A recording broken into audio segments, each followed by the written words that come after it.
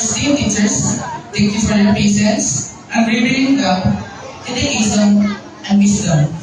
You have helped us grow. Your encouragement has inspired me to strive for excellence. Thank you po, Madam Rods. Kayo po ang unang nagtiwala sa akin sa paalam na ito. Naipangarap po natin ang laban sa makinig at umabot po tayo sa regional. Isa po ito sa mga best experience ko at hindi ko malilimutan. Thank you din po sa mga naging advisors ko, teachers, at trainers. Also, thank you to my growth advisor, Madam Melissa, for the encouragement, support, guidance, care, and for believing in me. Thank you for being our second parent at the monitor, especially kapag may competition po kami. To my classmates, thank you for the memories, laughter, and support being shared. I'm grateful for the shared experiences, the friendships we built, and the valuable lessons we have learned together.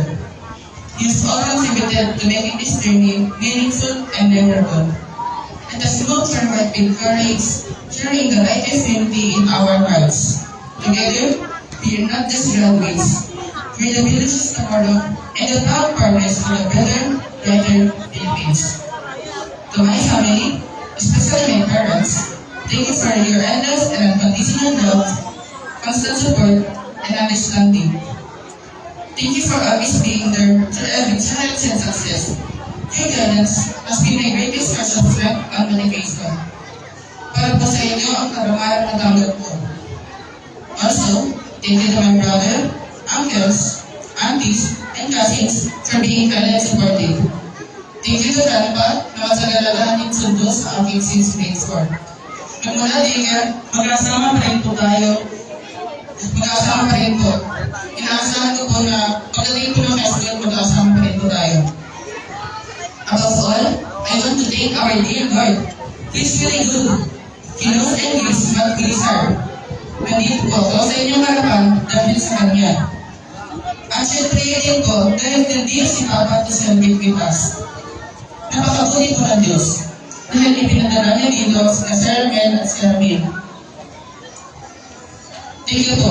Kahit sa maikling panahon na tayo ay nagkasama, nakita ko po ang inyong pagpapahalaga at suporta sa aming mga mag-aaral.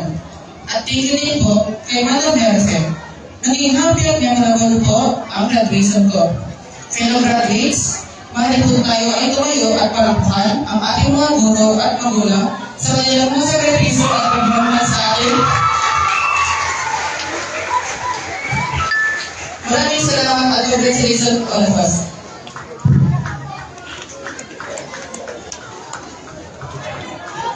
Thank you, Ashred. It is with great anticipation that we invite our senior school head, Dr. Ramiro Rodriguez, to deliver the state of the school address. A big round of applause. Magandang gabi po sa ating lahat.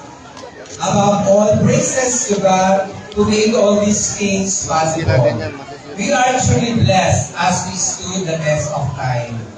To our service-oriented public school district supervisor, Dr. Rodel Reynaldo, our supportive barangay officials, able and vibrant teachers of Patid South Central Elementary School, hardworking GPA officers, headed by Madam Jerry Pedra and Anaje, our generous stakeholders, you, our proud parents, and pupils, isang mabiyayang gabi po sa ating lahat.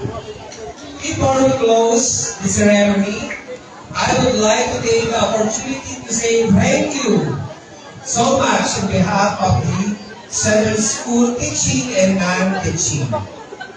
Our dear graduates, kung si Sir, tatlong mahalagang katagaan kanyang dapat maiwan sa inyo yung continue reading, never stop reading, and read. Ako naman po ay yung isang taon nating pinag-aaralan. Piliing maging mabuting tao sa lahat ng panahon at pagkakataon. Pero grabe, our dear graduates yan ay yung babaunin sa inyong high school. Pwede ba natin bigkasin yun? Sabay-sabay, piliin maging mabuting tao sa lahat ng panahon at pagkakataon. Sa ating mga magulang, alam mo po, nandiyan po kayo, no? Salamat po at ipinagkatiwala ninyo ang inyong mga anak sa amin ng ilang taon. Ito po ay Hintayin mo ako, ako nang kukuha. Bili na ako. Ano, ako na imig. Meron na, hintayin mo na ako. Dito lang kayo. Hawakan mo, hintayin mo. Ganyan mo lang.